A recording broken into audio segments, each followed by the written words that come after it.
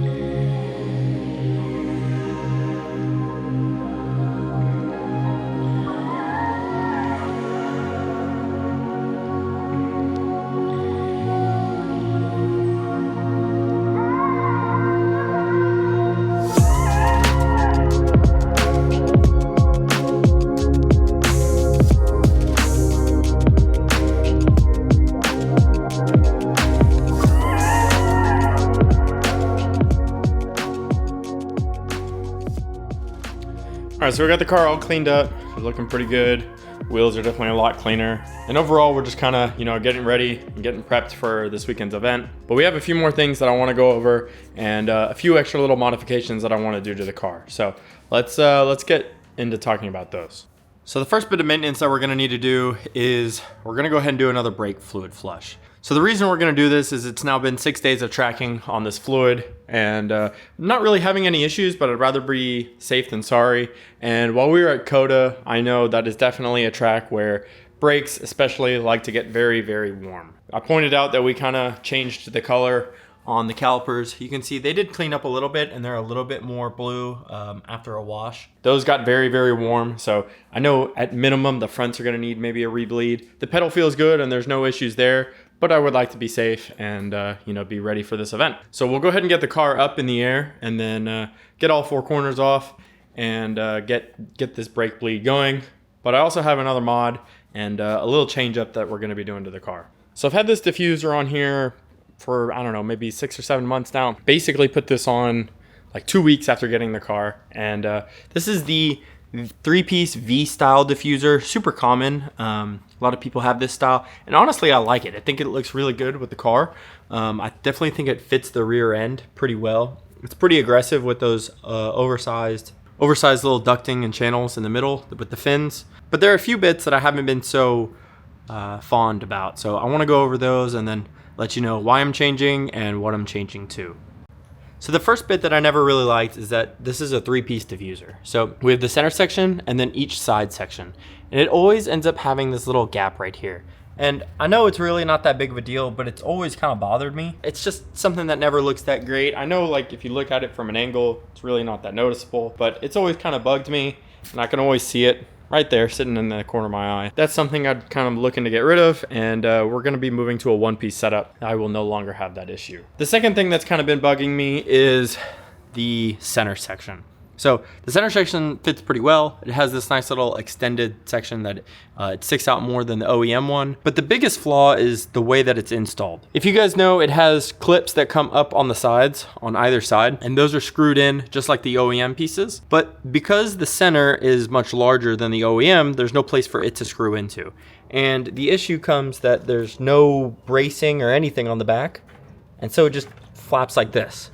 And so it kind of moves in the wind. You can see there's still some water in here, but it kind of moves, and if it goes up, it smacks the exhaust. And so I think what's happening is while I'm driving, like kind of at like a low speed, it touches the exhaust and then it vibrates, and I can hear that inside the car. And it's kind of been bugging me a little bit. That's the other reason that I'm gonna go ahead and switch out of this style and go to a different one. I know some people have had some custom brackets that they've made, just like little L brackets with a screw, and fixed that solution, but never really been too fond of that or doing anything. I'd rather it be pretty secure and not have to deal with that issue at all. As well as I have a feeling it's probably catching air on track and flapping.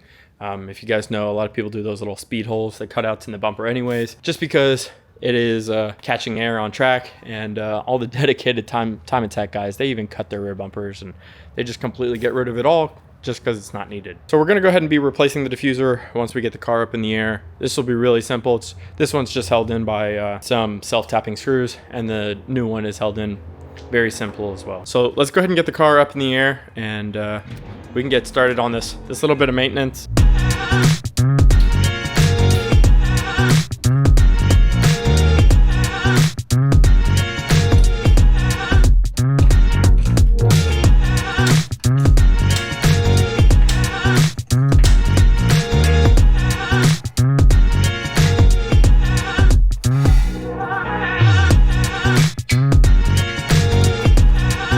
Okay, so now we've got the car in the air. We can go ahead and get this diffuser off. You can see I've already got this right-hand side off. So, like I said, it's just held in by a couple of self-tappers here, and then I think it's the 2 original OEM 10 mils that hold it on in the center. So let's just get those off real quick.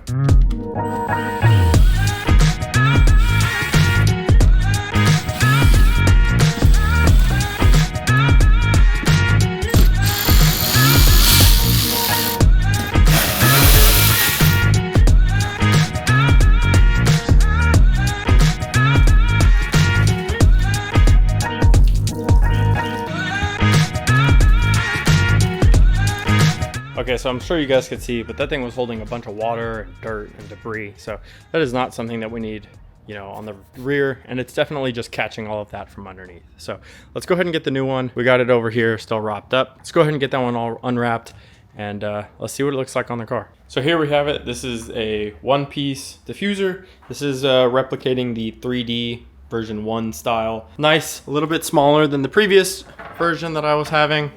This one only has 2 fins and kind of fills up. You see, I'm not gonna have that issue with the gap anymore because it's all one piece, and it just uses the OEM tabs plus these 2 screws, and then all the OEM screws on the sides, or you can also use the self-tappers, whichever you need in order to make it fit. So I do think we're gonna have a little bit of an issue. It looks like the 2 tabs that go right here on my car, it looks like they may have melted off from touching the exhaust. So we're gonna have to kind of figure something else out there. You know, we might be able to just use these screws here on the sides and along with these clips, and then it'll fit just fine, and I won't really have to worry about those. This should be a really, really simple install. Probably gonna take me, 3 or 4 minutes.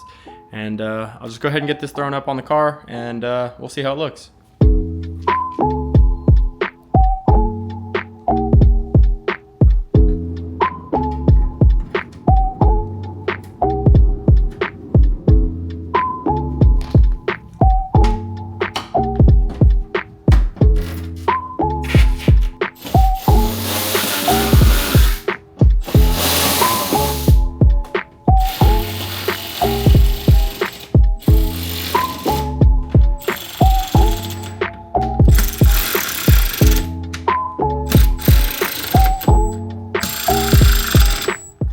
Okay, so here we go. We got the diffuser on. It looks really good. Everything fit up perfectly. No real issues. We ended up being fine in the center. There's no holes for those, but they're being held in with all the clips, and everything's all lined up. So, like I kind of mentioned, it just uses the OEM bolts all the way down the side. So you just replace those and you drill them through. Well, there's no drilling, but you just use the clip locations.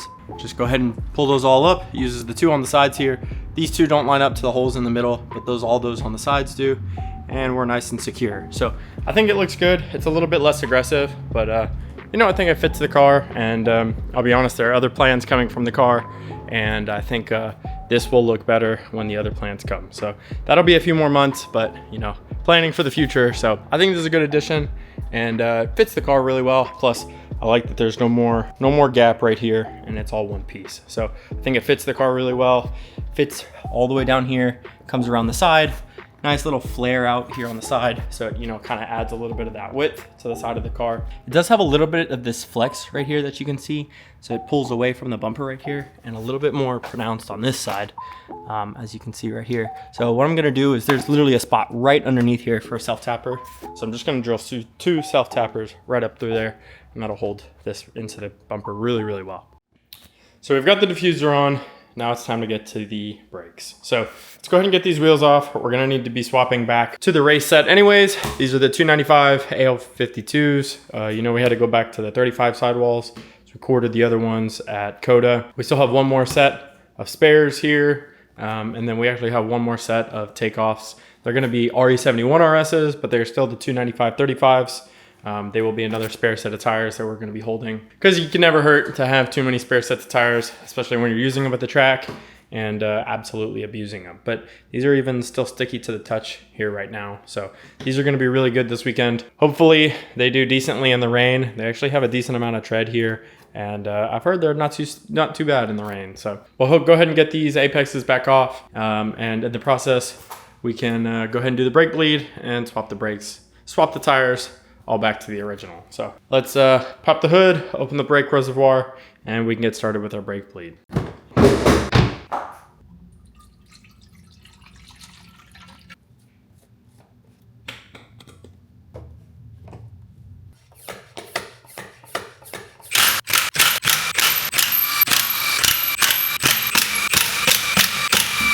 So we got the wheels off. I think you guys have seen me do this before, but we have our little power bleeder here. We have our fluid filled up, our fresh brake fluid.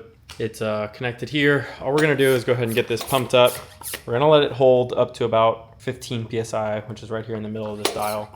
So we're gonna get this pumped up, and then we can go around each corner and bleed one at a time without having a second person in the driver's seat helping us pumping the brakes and doing it all at once like that. So, all right, there we are at 15 PSI. We're all tight here, no leaks, it's holding well. So, you know, we're gonna start furthest away from this corner. So we're gonna do the back corner, then this corner, then the front passenger, and then the front driver. So let's get over there and we'll start the process. So we're gonna remove the little cover nipple that's here on the back and go ahead and get this onto the back side of that nipple there. Get sure it's all the way on. We're just gonna set the bottle down and then it should be an 11. And all we're gonna do is go ahead and loosen this.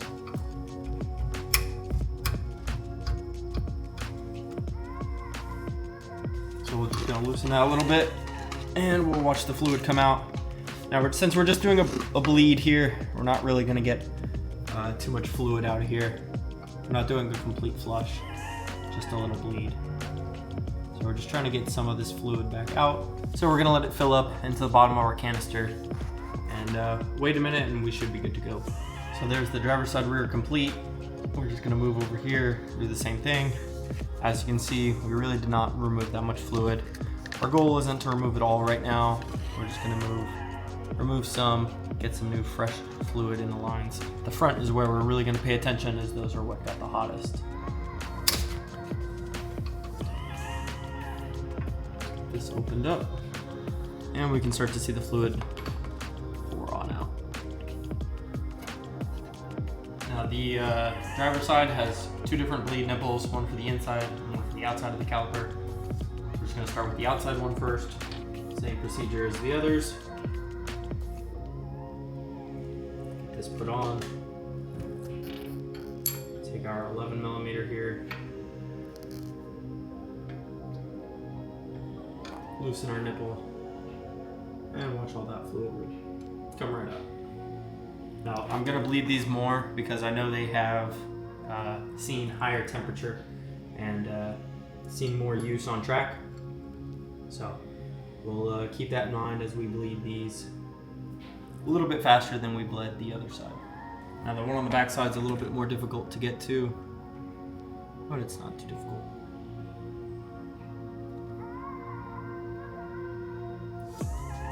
It's the same procedure, pop that nipple off, get this on, and rotate to open.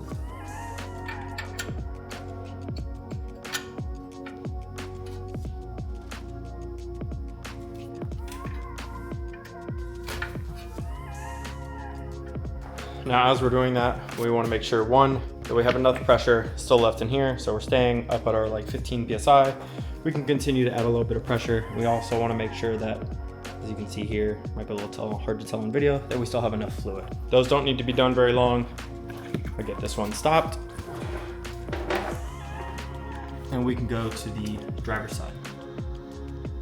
So just so you can see in the light here, you can see all that dark brown nasty fluid that sits at the top versus the little bit of extra flush that we got from the new stuff on the bottom. So you can tell that we're getting all that nasty brown out and fresh fluid has been circulating through. We just got this one more left and we'll be all done.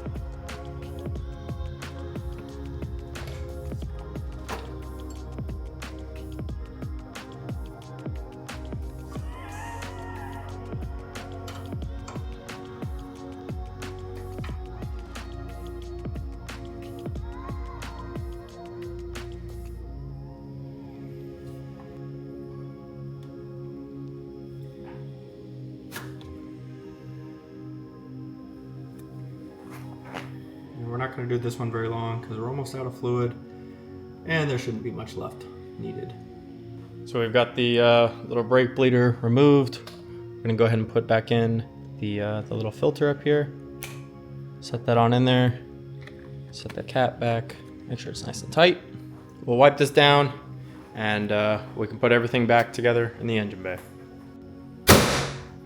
So we're all done with the brake flush. We got the new fluid in there. Pumped the brakes a few times. We got some solid pressure. Put all the trim back in. I went around and just double checked that all of the bleeder valves are indeed tight. Now's a good chance that you can see the difference in color. This is what the brakes should look like. This is the original color. And this is how much the fronts have faded and turned green. Gives you a good idea of the kind of heat that's going through here. But don't you guys worry. We do have some brake ducting and brake cooling coming. So I went ahead and got a set of brake ducts that will be going into the bumper. They are right here. So these are the brake ducts. They will be sliding right into this front little section right here on the bumper. And we're gonna be feeding some brake cooling into the back, where we'll be replacing the dust shield here with a carbon dust shield that will have a vent. And then we will run some tubing through the bumper, through the backside, into the front side of the bumper, where we will have plenty of brake ducting and cooling for the brakes. So not only that, we're probably gonna be making a custom 3D printed little scoop that will sit on this lower control arm here.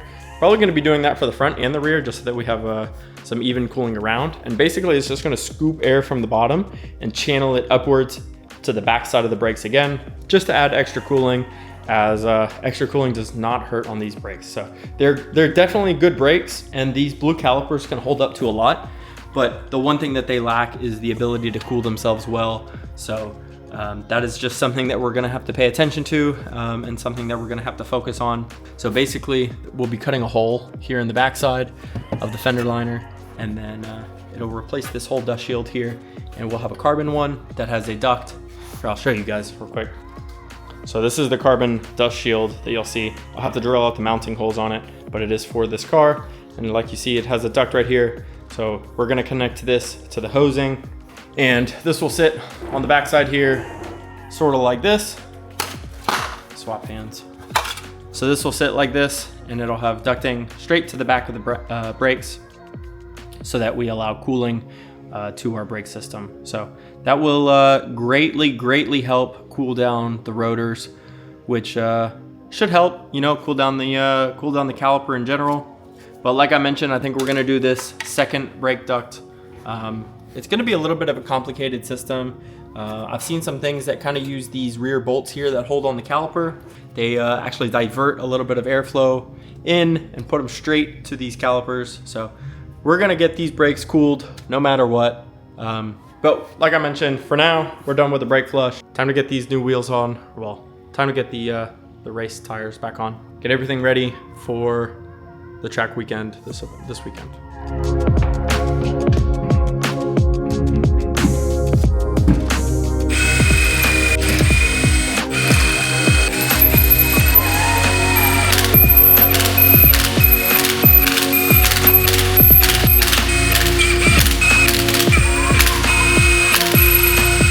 There you have it, guys. We got some maintenance done. We are set for our next track day coming up this weekend at our first Time Attack event with Apex.